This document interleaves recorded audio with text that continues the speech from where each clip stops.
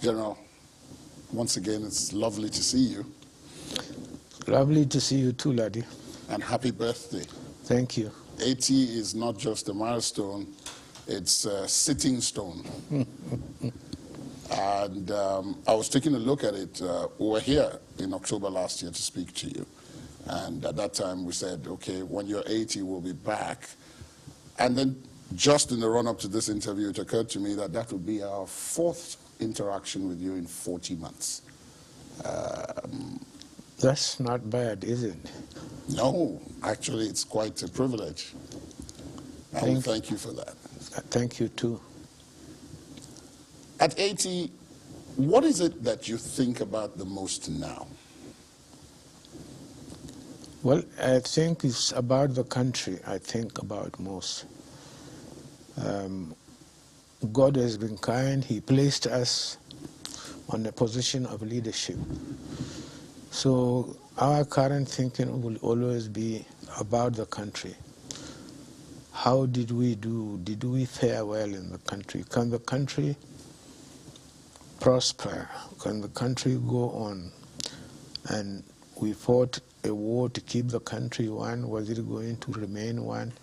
And so on. So a lot of thoughts about Nigeria, about its development, about its people, and about its well-being.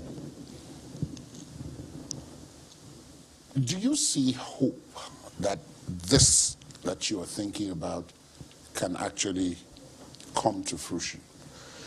I believe so. I see there is a lot of hope because of the nature of the people. The people are very resilient, they are very vibrant, and they care a lot about their well-being, their development, so they will do everything to make sure the country remains one, united, and work together for the benefit of everybody. In that thought process, do you sometimes think about some of what has been said in the past in terms of the leadership question, that in every society that leadership question is critical? Does that occupy part of the thoughts that you Yeah, I think it does. If you read the Nigerians talking about leadership, you begin to wonder whether we are on the right path or on the wrong path. But I believe the leadership, especially at the highest level, has been trying to be on the right path, and so far so good. Do you think followership is part of the problem? That the followers possibly do not understand the leaders or their vision?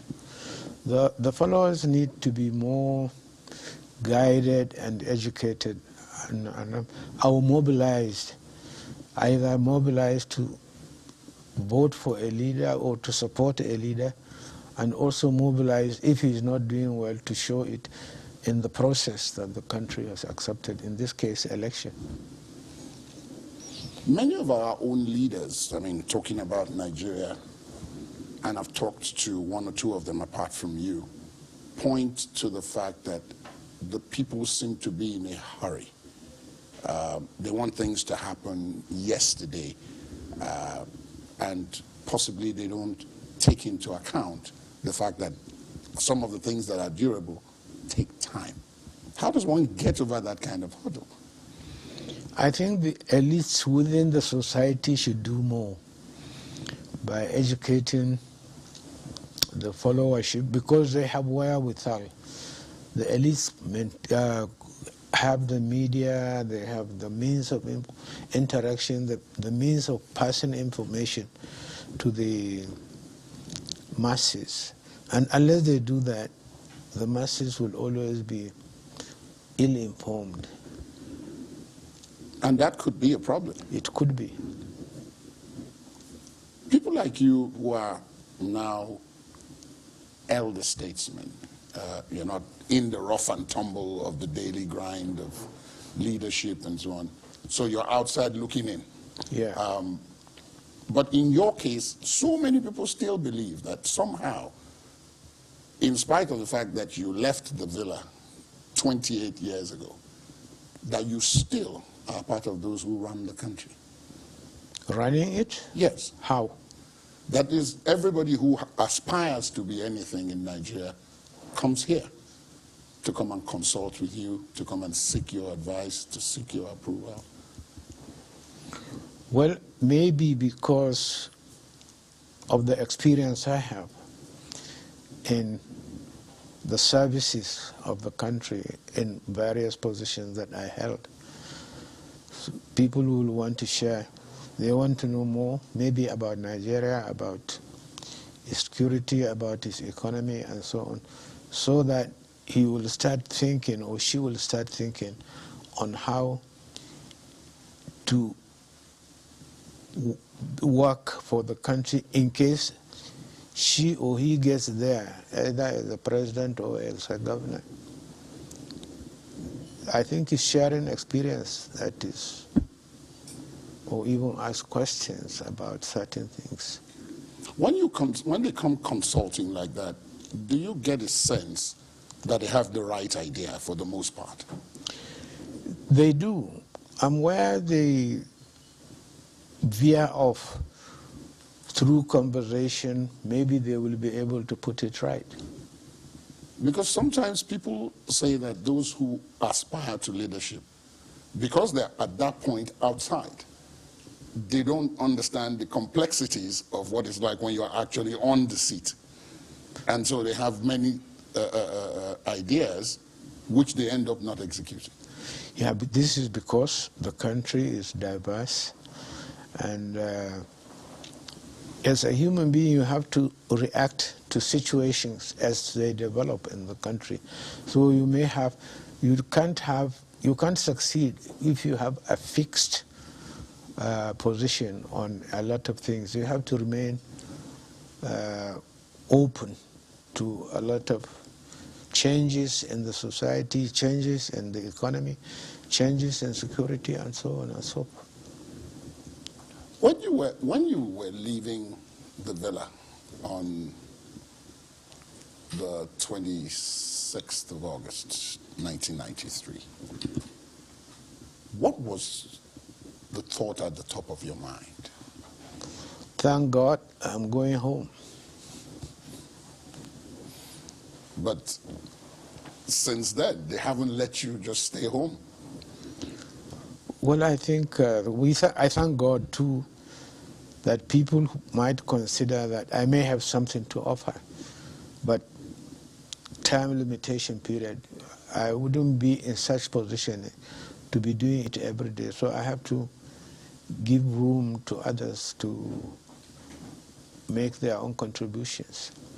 In that kind of situation, when you take a look at it from then now, what do you think about where the country is today? Well, I think maybe we have not been learning much from experiences that the country has. And this is, I think, one of our greatest problems now. We have the tendency to either overflock or keep on repeating the same thing. I'll give you an example. Anything you want in this country, the Nigerians have talked about it. Government, democracy, the system of government.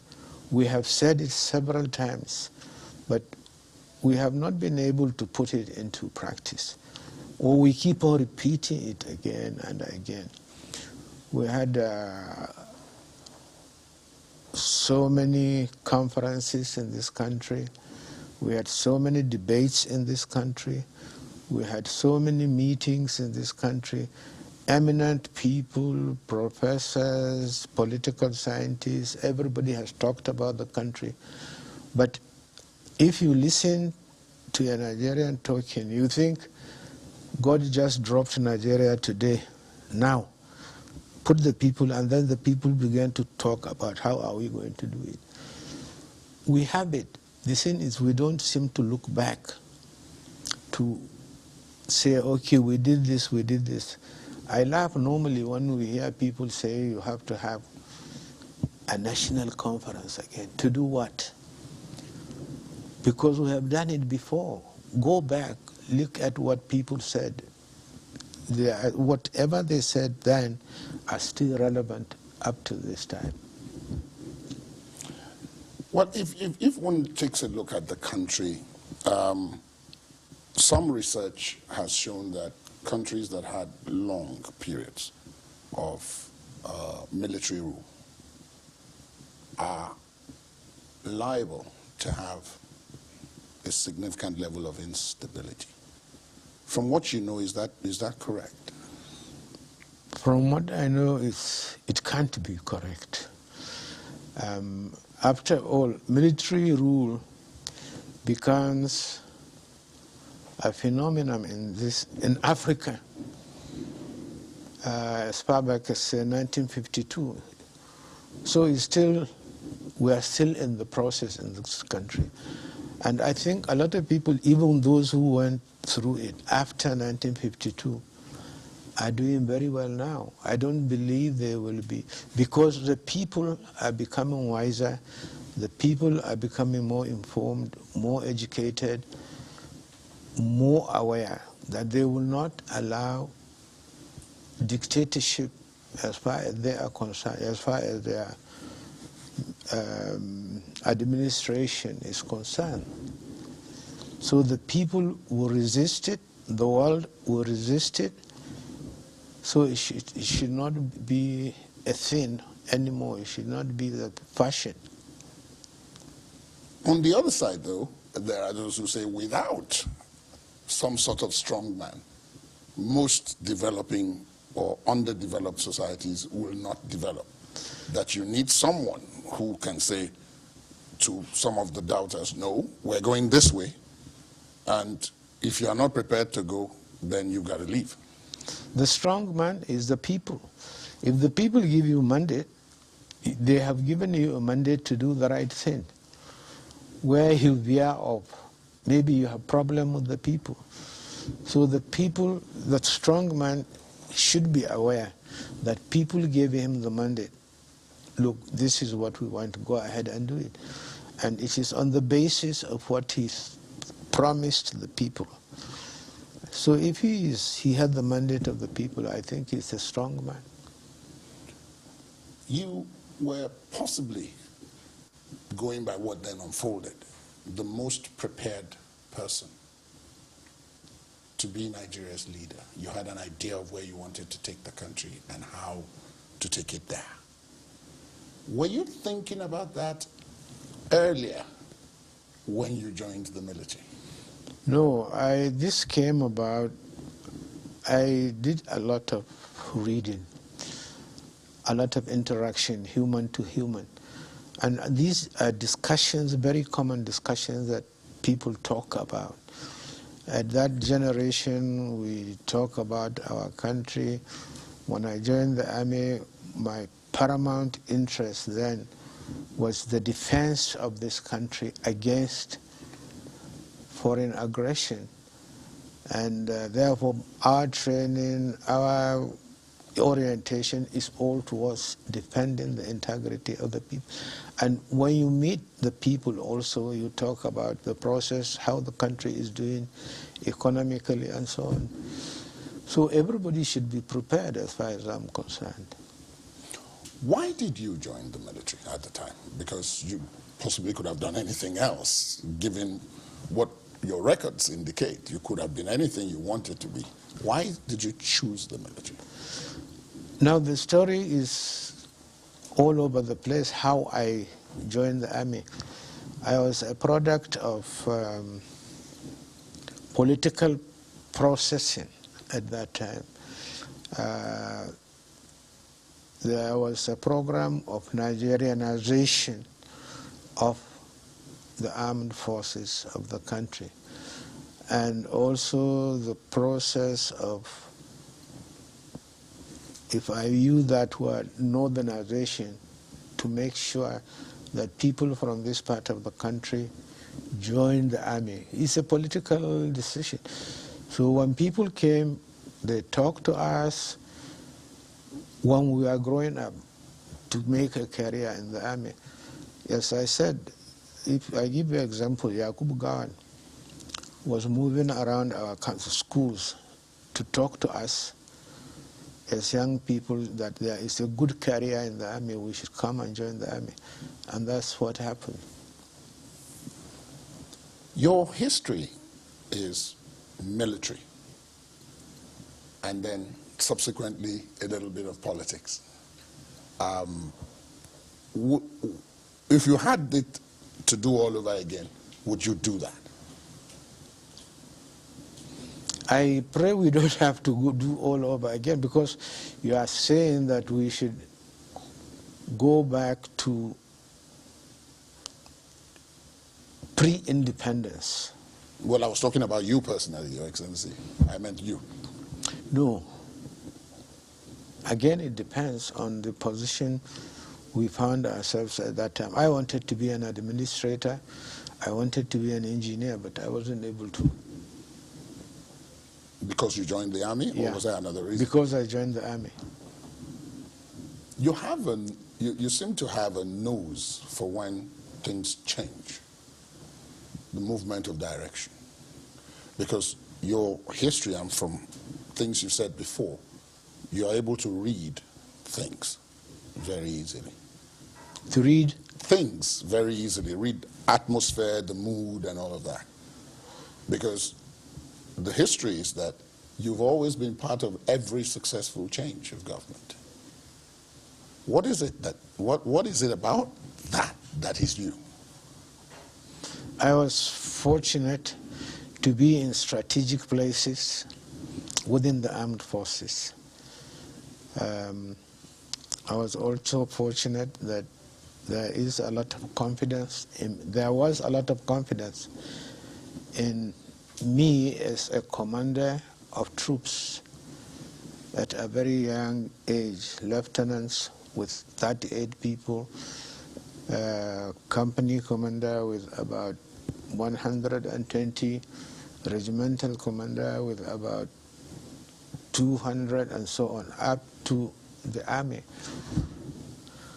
It's just, but when I was also growing, I was in a very strategic unit of the Nigerian Armed Forces, where those are units that you definitely need them to participate in such ventures.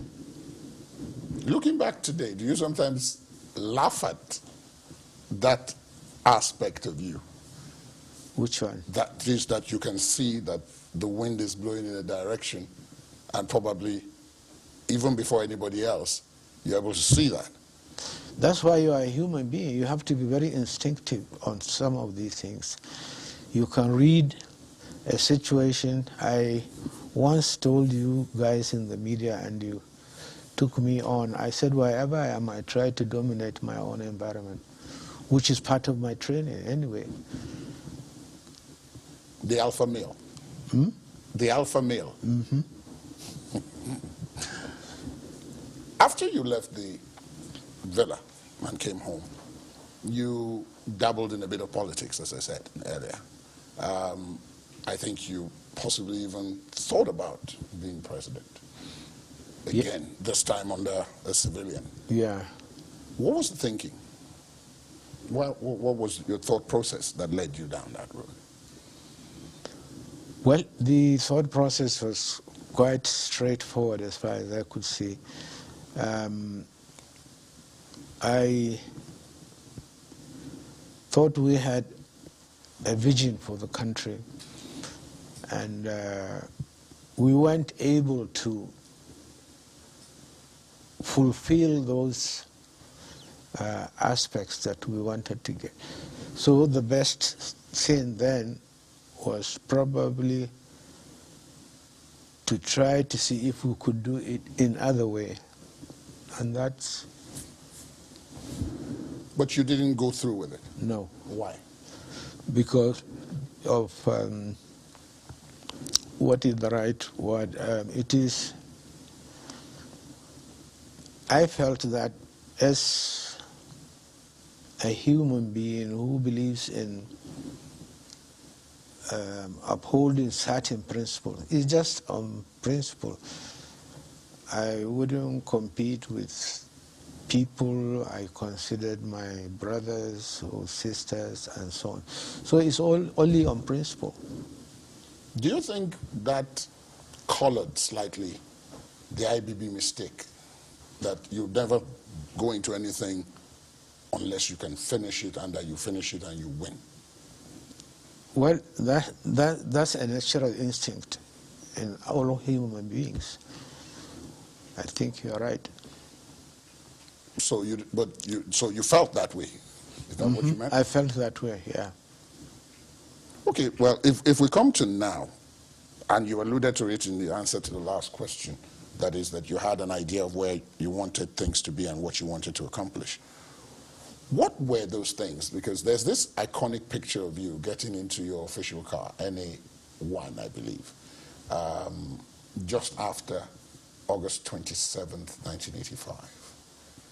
What was it that was in your mind then that, okay, now I have the means and I have the authority. Where am I going to take this country? What was that? Well, I think you should tell me.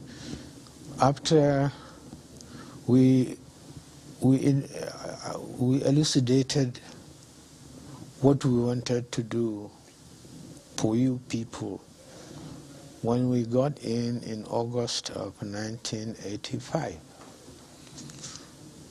We liberalized, what is the right word? We came in on 2 or 3 planks. We knew then that you cannot succeed in getting the people. We wanted to mobilize the Nigerians. They were bright people, they were good, and they could be obedient. So then the country has a lot of resources. So we need to mobilize the people with the resources that the country has and provide the people a leadership towards achieving, making the country a greater country. That is the first thing that came into our mind. How do we do it? Were some of the policies we put in place. We wanted full participation of the people. So anything that stifled them, the decrees, for example, that didn't give them the opportunity to talk and say anything, we said no, we change it. We abrogated that decree. And then control, we had control of the economy, or we ran a controlled economy. We knew that the people wanted to take this in their hands. We ran the politics, and we knew that for the country to succeed, you have got to mobilize the people to do it on their own. So those are the things we wanted to see done.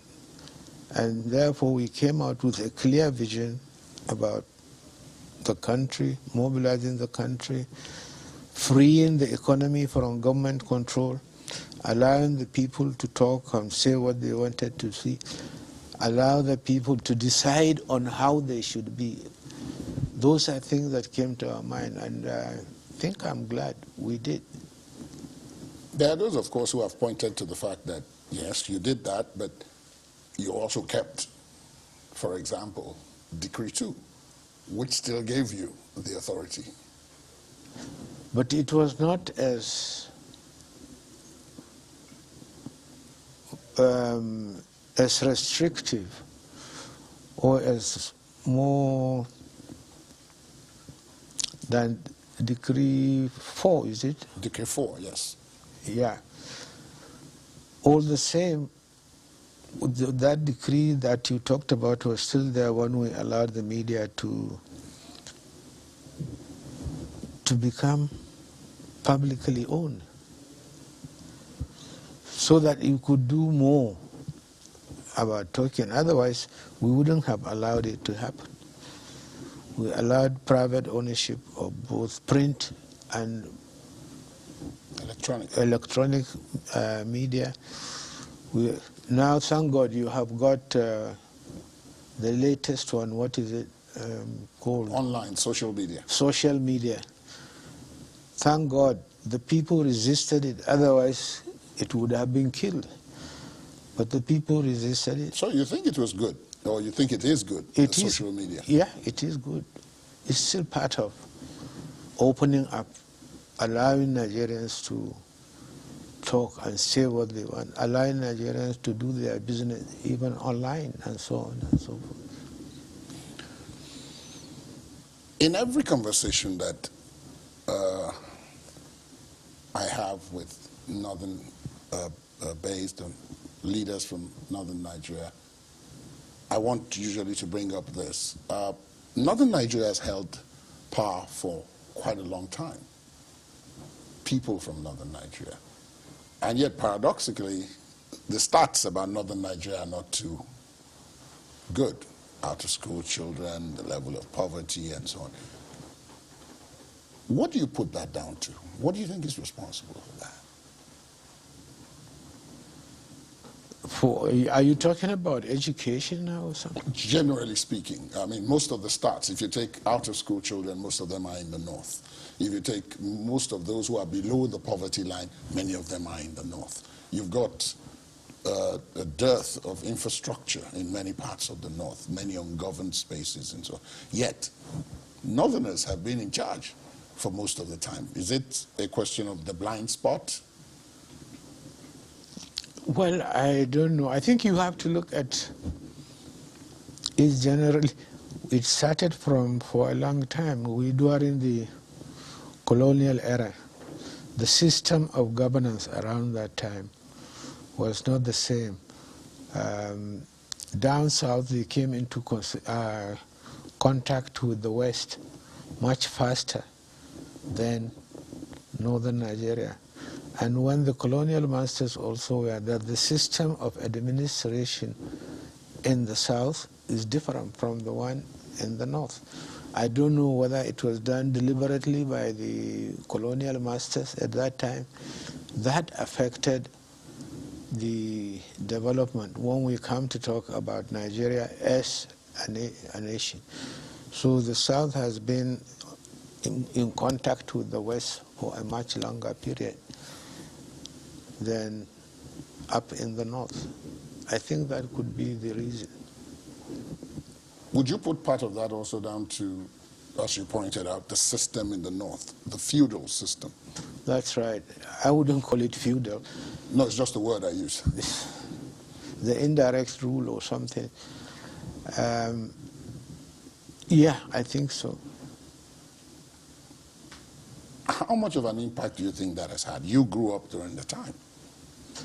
I did, but I grew up when a lot of things were changing. People are becoming more informed, more involved, more politically conscious on a lot of things around us. We are now a country not called by names. We are Nigeria, not northern Nigeria, not southern Nigeria. But all the same, despite all that, the urge for political recognition by various groups that form up this country intensified around that period. Do you think this could be partly responsible why, in spite of all the efforts, including those of people like you, there seems to be some underswell of animosity between the North and the South? Thanks to the elites. How do you mean? You caused it. Well, we caused it. I'm one of them. We caused it. There is what we talked about, the tyranny of the elites. We don't seem to agree that there are a lot of things that are settled, that we have no cause, we have no basis to talk about them. I'll give you few examples. I don't believe that it is right for Nigerians now to start talking about the unity of this country. I believe it's a settled issue.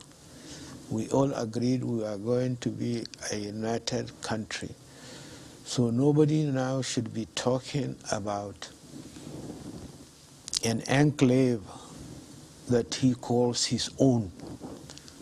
The country we agreed back in before independence that we are going to be a federation, united country, and so on. So Nigeria should not be talking about this.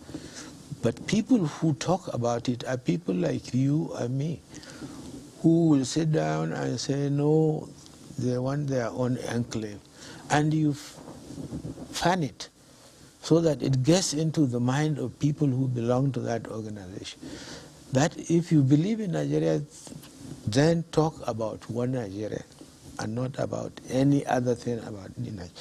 If you believe that we are going to have a federation, then talk about the federation that affects the federating units of the country, the federating units, the states, the local governments, and the rest of them. That has been settled. If you talk about the type of government we want to have, it is a presidential system of government. Of course, there are still stories. People want presidentialism or parliamentary system of government. There is still talk about this now. Yes, some in fact want us to go back to 1963. That's right. So those settled issues, it is also settled, as far as we are concerned, that we are not going to adopt any religion as the religion for the Federal Republic of Nigeria. A lot of settled issues we have, but today, if an elite wants a position, he stir up something, spread it. We still have to accept things that are settled. We don't talk about them. What we should be doing is how do we strengthen our unity? How do we improve our system of governance? How do we improve mobilizing the people to rally around the country? That is what we should be doing. Well, I will start with yours and then probably talk generally, which is that, I mean, you mentioned 2 points now. You talked about the fact that we don't adopt any religion, and then you talked about the fact that the issue of unity settled. But there will be those who will argue that, for example, under your government, we went into the Organization of Islamic Countries, the OIC. So that tended to give the impression that we now have a state religion. No. It's an organization. The state religion should come from us, saying that from today we are so, so, and so. No government has ever said so, including my own government. We never said Islam is the official religion of Nigeria. But our constitution allows us to enter any organization for the benefit of the country or for the benefit of the people of the country. Let me take you to the issue of unity that you mentioned. A lot of people will say, yes, ideally, unity should have been a settled matter for a country that is 60 years old plus. But that sometimes the way those who have ruled at various jurisdictions and at various times have done that rulership has given the impression that some people are more important than others. And that, for example, federal character was instituted in order to give everybody a sense of belonging, that somebody who represents us is there. Do you think that's a fair comment? I think we are probably gradually improving. You should consider merits. Before, hardly will you find a PhD holder from certain parts of this country. I was amazed. I give you an example. I was reading in the media, somebody made an analysis about a village in Kebbi That village has over 50 professors now, men and women. He listed all their names. And surprisingly, I know the village, I know the people that he mentioned, and so a lot of them we went to school together and so on. This is something would have been unheard of in the 60s and maybe early 70s. So things are improving as far as I'm concerned. So you don't agree that some people have a right to feel left out? No, I keep on saying people who feel left out or people who engineer being left out are the elites. You've given the example before that at the base, people go everywhere and they interact and they go everywhere without any problems. But once those at the top decide that that is not in their interest, they then corral those below into believing that this other person is opposed. But at the political level, I mean, at which you operated at the very highest level, don't you think it's important that everybody feels that belonging, and that sometimes you need to deliberately go out of the general system in order to make particular people feel that they're part of the system and that that is good for the overall society? But I believe that they feel. As I gave you the example before, people, a Yoruba man and Igbo man travels from Baga to his hometown or from his hometown to Baga to do nothing but trade, fishing, and so on and so forth. He is not molested, he feels at home, he interacts, maybe in certain cases he even married. There are a lot of them today in the south. If you tell them to go back to the north, they have no place to go. The generation that their fathers, their grandfathers were all born there, they don't have a home there, here. And this is Nigeria for you. But if the elites want to make himself known, he tries to create that difference, that it exists. And it is not in the interest of the country. How do you bridge that gap? Because today, as you and I sit and talk, the country is divided. There are those who talk about what you referred to earlier on, but in a different context, the northernization agenda. There are others who feel that the gap between the North and the South hasn't been bridged and there's no conscious effort to do so, especially given the example that, for instance, in the Southeast, no one since the Civil War ended has held the position of leader of the country from that area. And that others in other parts of the country feel justified in saying, yes, you tried to leave, we're not allowing you get there. So, what happens? This, I still go back to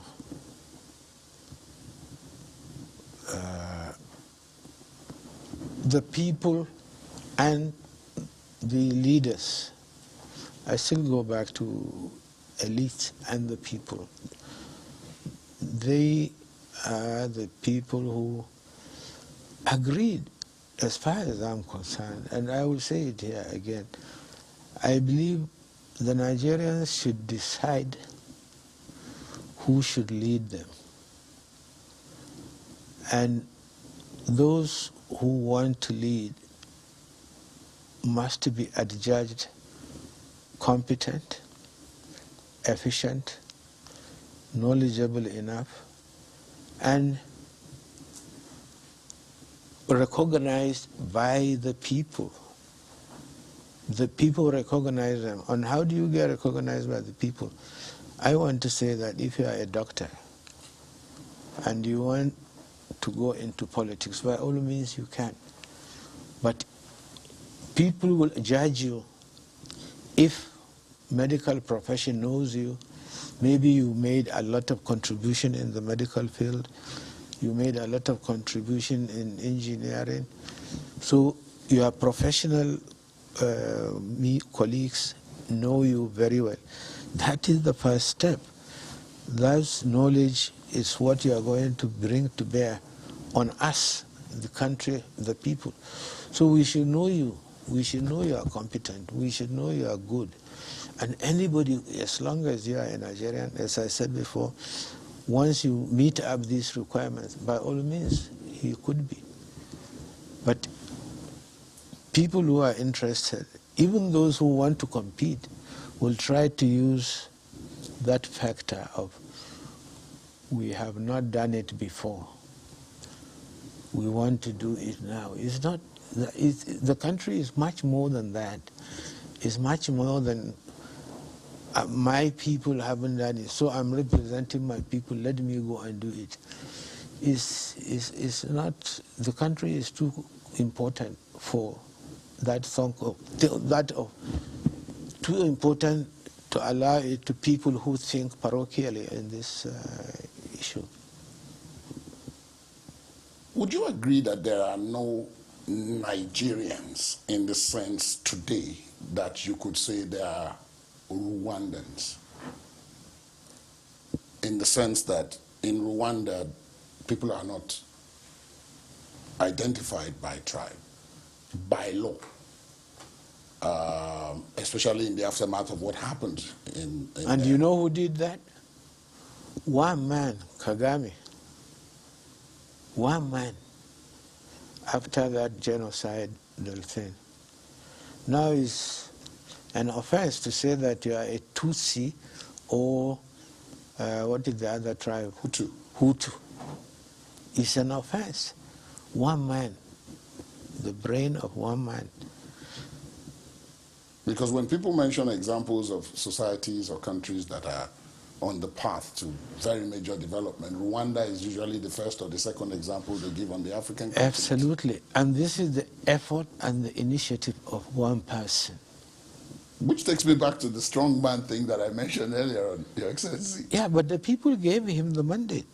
Yes, he does win elections. He conducts elections. And he sold this idea of being Rwandese to the people. They said, yes, this is the right thing to do. I argued earlier that because we fought a civil war in this country, in the process, people died. You could say over 1 million on both sides. Why did they fight? Why did they die? Why did they lose their hands? Why did they lose their feet? Why did they lose their eyes? Because they want to keep this country together. Maybe we need a law that will talk about Nigeria as a one nation. So anybody who thinks otherwise is out of step. The elephant in the room usually, whenever anybody talks, He breaks the glasses, right? talks about or talks to you, is this issue of June 12. And I want to give a little background in the sense that in the lead up to June 12, two parties were created. Nigerians bought into it. Option A4 was adopted. Nigerians bought into it. Two persons emerged from a process to be candidates.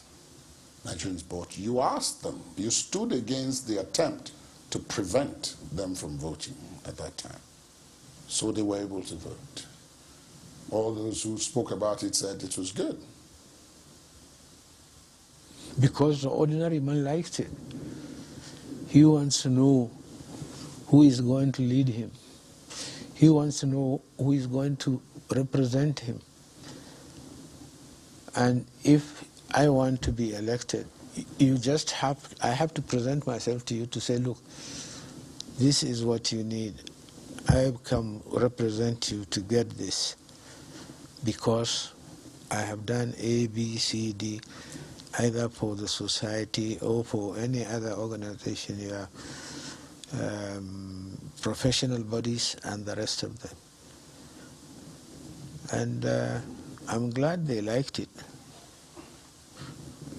But what we did was simple.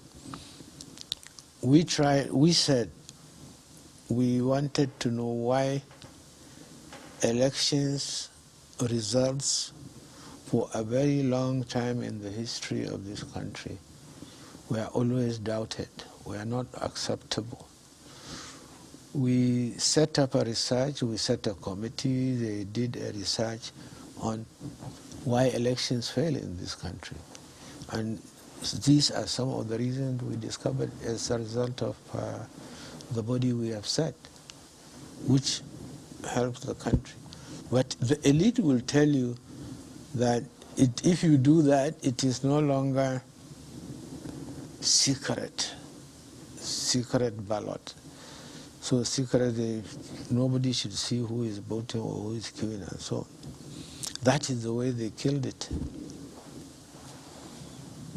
But General, how tough was it for you when you put all that on the line, and yet you then had to take the decision to cancel it? I think when you realize that decisions have to be made or decisions have to be taken, it may not be the right decision.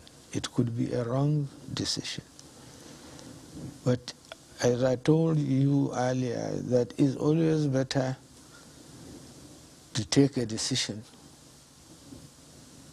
even if it is a wrong decision. A decision should be taken, which one, as a leader, you considered is the best interest of the people. The rest you leave it for history. Because there is something that history will look at and say, okay, he has a basis for taking that decision. I would rather be adjudged that I have a basis for taking all the decisions I have than not taking decisions that goes contrary to my own decision. How painful was it for you personally, having put everything on the line? It was painful, but as a human being, when you realize that at any rate, time will take care of all these things. Some generations are going to come, and people will continue to look at what you did, no matter what time it is. In maybe 100 years, 50 years' time, people will still talk about structural adjustment. So that's fine. People will, at that time, will say, oh yes, this is the right decision, or wrong decision, and so on. So if you realize that this could happen, then the pains that you feel will be substantially reduced, and say this is just the way of life. That's for you. But for those who still feel pained 28 years down the line, today, you're at 80, what would you say to them to possibly assuage some of that pain that you felt? Maybe I try to find out more about them individually, why they should think that way. But do you think that by now we still ought to be discussing June 12? My straight answer to you is no. We should live above that now. Perhaps what people are looking for is some form of closure. So, General, maybe you could use this opportunity to explain what it was that led you to take that decision. And I know what you in the media are going to put across. Try me, General. No. People will see this interview and people will come out with an opinion about the interview. IBB apologize or regrets or something like that. They will put words into your mouth and my mouth on this interview.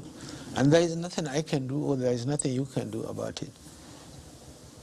So allow time to take care of it. It's a decision we took. I kept on saying I had to take that decision. I did that to the best of my knowledge in the interest of the country. I did the right thing. I can sit back and say, okay, some of the things that I said manifested after I had left. You had a coup, and that coup lasted for 5 years, right? You had it. There is impatience in you. When I say you, I mean Nigerian. Impatience.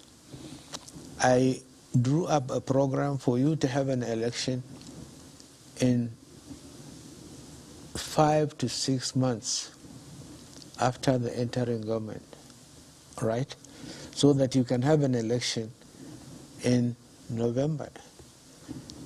We agreed that the same candidates can go back to the people to say that, to seek their mandate to run.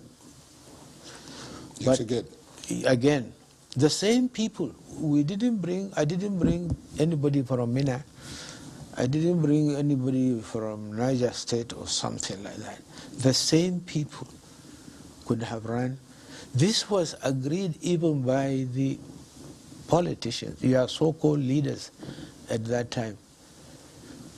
But tyranny of the elite, they said, we are tired of election.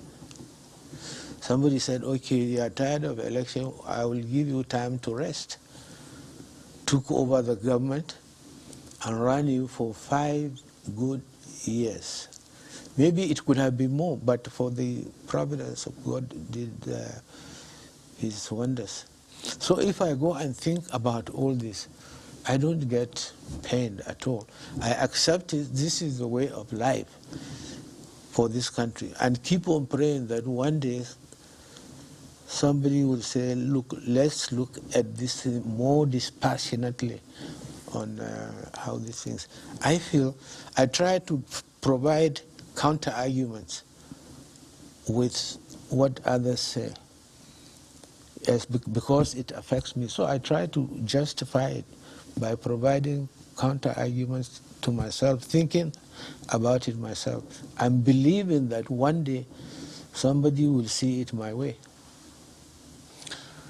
One thing that people, of course, see your way, and which is very positive, was your role, and I think that would probably be when you came to national attention, the role you played in stopping the coup by Lieutenant Colonel Bukar Sukar Dimka, who incidentally was your friend. He was my friend.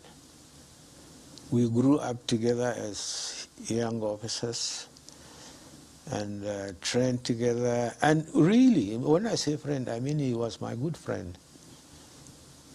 The story is that you actually went there unarmed against the initial orders that you should storm the place and spoke to him to see whether you could get him to give it up willingly and without bloodshed.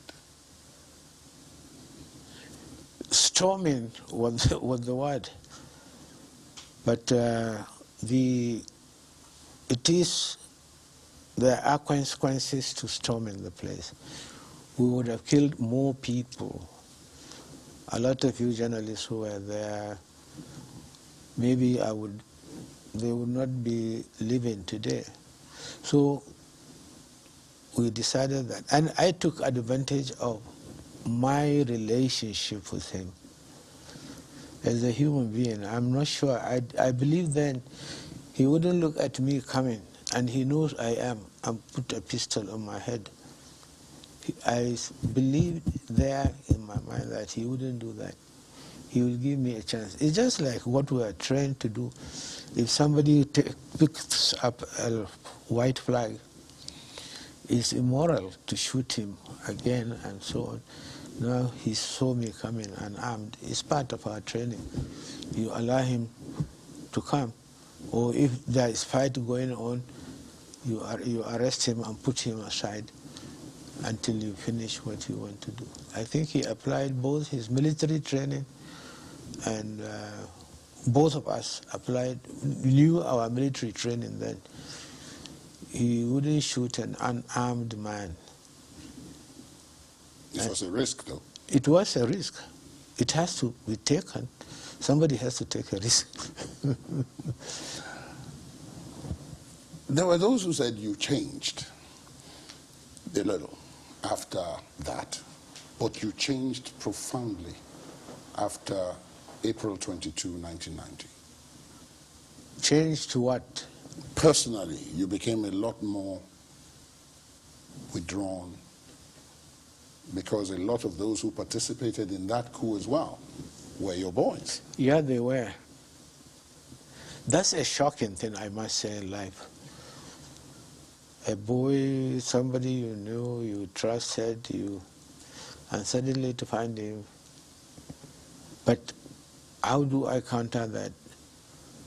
The same boys, there are some of them now that I can mention to you that really worked, and they still believed in what we did. But again, we were talking about elites.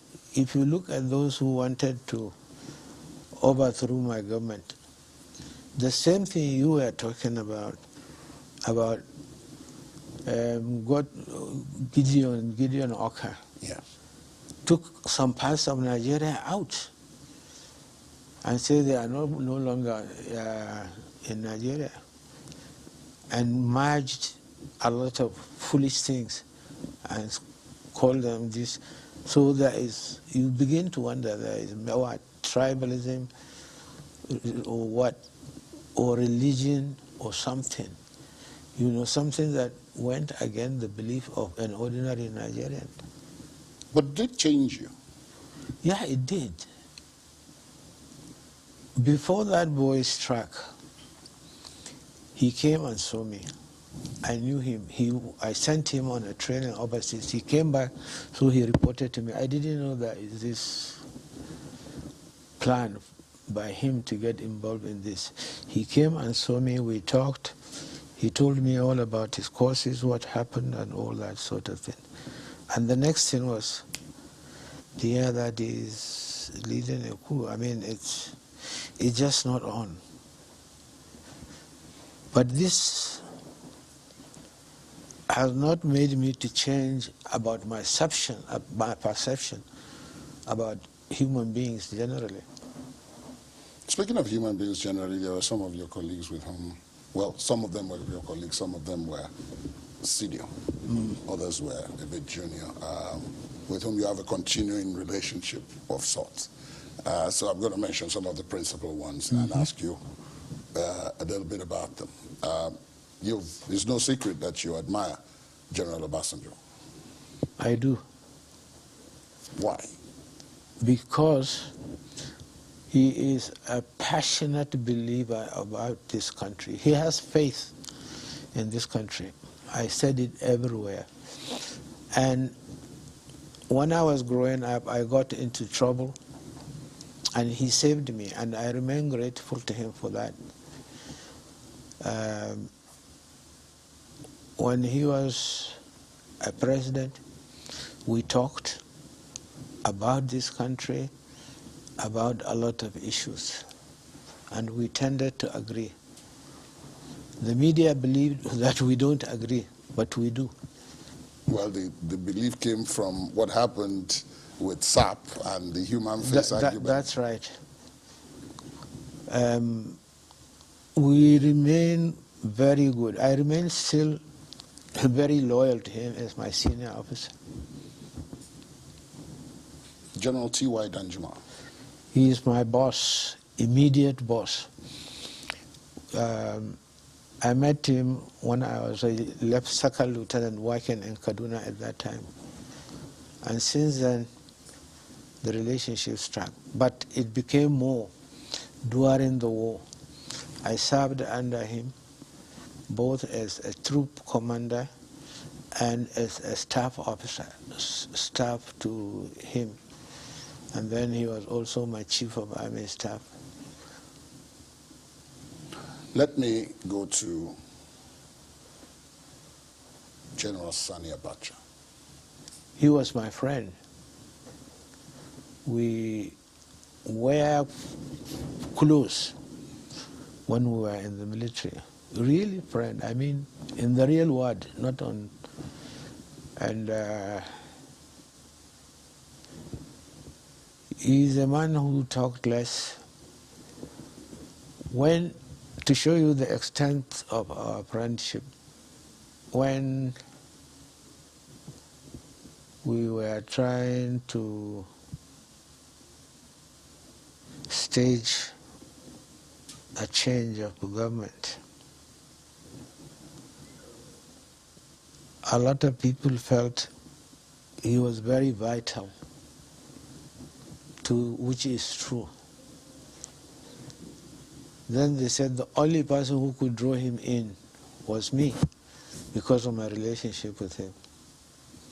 I went to him, I asked him to come and see me, because I was his chief of army staff, even though we are. So he came, we talked about it, and he joined the conspiracy, and that's why we held his part of the division. He was commanding 2nd Division of the Nigerian Army in Ibadan. And that shows you that we were quite close. If I could get him involved in a coup which could have been dangerous, and if it was not successful, he could have been dead. We could all have been dead. But he risked it and came along. People said he believed that he should have been head of state after you. Hence the nickname Khalifa. Look, that idea was there when we were there as in the same. I used to tease him that, look, I can give you this seat. One day they had, was an argument, promotion. I promoted him to the same rank that I have, because he was my course mate from day one. Some of my colleagues argued, why did you have to do it? You are the boss. You shouldn't have somebody of the same rank. So I said there is a difference. In my car, there is the Coat of arms? coat of arms on both sides. On Abacha's car, there are 4 stars. So there is difference. Did you remain friendly even after he became head of state and you came home? Yeah. We talked, we greeted each other. There was no time at which you felt he might have felt threatened that your being around was somehow harmful to him? No, he was being fed with that feeling by others, especially in the armed forces. They feed him with that perception. But thanks to God, he resisted this. I will tell you a story. Late Ihomu, Augustus Ihomu, he had those stories. So he went to see Abacha. And Abacha was fed with that information too. So when Abacha saw Ihomu, he said, Gos, I hear our friend, because we took ourselves as 3 close friends. I hear our friend maybe is trying to You know, if he doesn't want anything, he will say, no, no, no, no, no, no, my friend, don't tell me that nonsense. And he said that to Sani because we are friends. He said, no, no, no, no, my friend, will you believe this nonsense? And that's the end of it. Aihomu told me this story himself because when he came back, he said, this is what happened when. Finally, General Muhammadu Buhari. He's a good friend. We served together. And we are still friends, even though the media wants to believe that there is a war between me and him. There is no war. If you follow the antecedents, during one of his campaign tours, General Muhammadu Buhari was here. He was. And you heard what I said. He was the last man standing amongst us. I said it publicly. And I said those of us in the military, we will support him. I said that also publicly here. So it is you guys who think that we are fighting a war. We are not fighting a war. I must ask this, though. Final set of questions just about you. Now, could you mention two things that, as public a person as you are, as well known as you are, as well documented as you have been, people don't know about you? So what do I say? What do you need to know that people don't know about me? Yes. I thank God. Maybe if they know, I would have been dead by now. So you don't want to tell us? No. Why?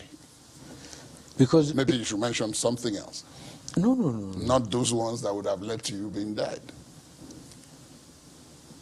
I would say they should make more efforts. They will get to know me because people know a little bit about me now. So time will come when they will know more. He said this, yes, he's right. Or maybe he did this, yes, he is right. I pray that they will get to know me. Who are your heroes? In life. Growing up, who were those you admired? Okay, a lot of people around us. Our teachers, some of them were very good, and we all tried to behave or work, speak, or do a lot of things just like them. So our teachers, some of our teachers were my heroes in those days. And militarily, because we do a lot of reading. I belong to, shall I say, an elitist part of the Nigerian army. So we did a lot of reading about people who belong to that organization. I was trained as an armored officer. So a lot of armored corps generals, people like General Patton in America, you know, because I read about him, I see him as a hero. He believes in his country, he motivated his troops, and he believes in the profession very well. I know about Hosni Mubarak on the African continent. You expressed admiration for him. You were quite close to him, actually. I was quite close to Hosni Mubarak. He was a very, very good man, a very good political leader, and a very good military officer. He was from the armed forces. He is a very straightforward person. He says it the way it is, no matter who is going to be. That's one of my admiration about him. He has guts. And when single-handedly he changed the perception of the Egyptian armed forces. He changed the perception by people that the Egyptian army was a ragtag. But this man alone brought in the Russians and put into practice what he believed in. You remember in October, I don't know what year now, the Egyptian army seized back Yes, the Suez Canal. the Suez Canal. This is the determination. So he brought back pride to his country as a result of that singular action that he did. And he remains a hero today. Wherever there was problem, he gets involved in trying to find a solution to problem, especially in the Arab world.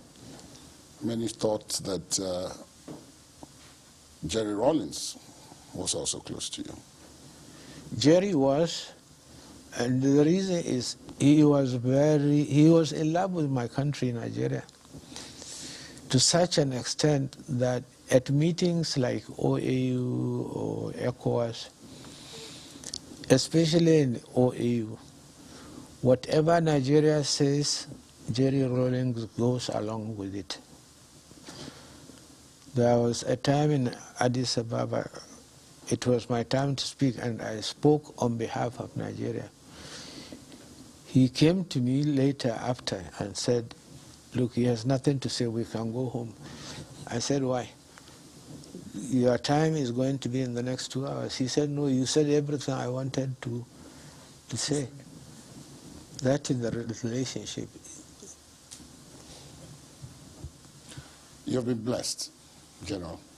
We thank God for it. And I thank you very much, Ladi, for not pushing me to take a uniform and go back to work.